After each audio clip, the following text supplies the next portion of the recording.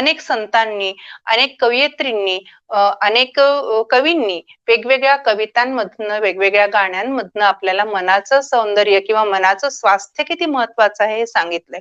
आपल्याला माहितीये की मन कसं असतं हे बहिणाबाई चौधरींनी सांगितलंय आपल्याला की मन वढाय वढाय उभ्या पिकातलं ढर, किती हाकला हाकला फिरे येती पिकावर.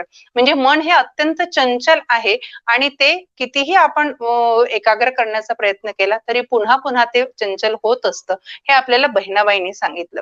मन करारे प्रसन्न सर्व सिद्धीचे कारण, रामदासांनी सांगितलंय आपल्याला.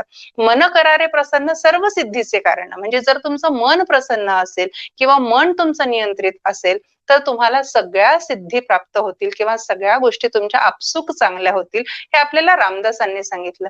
मन चंगा तो कठौती में गंगा. संत रविदास म्हणतात मन चंगा तो कठौती में गंगा. म्हणजे काय की जर तुमचं मन समृद्ध असेल, मन तुमचं सुदृढ असेल तर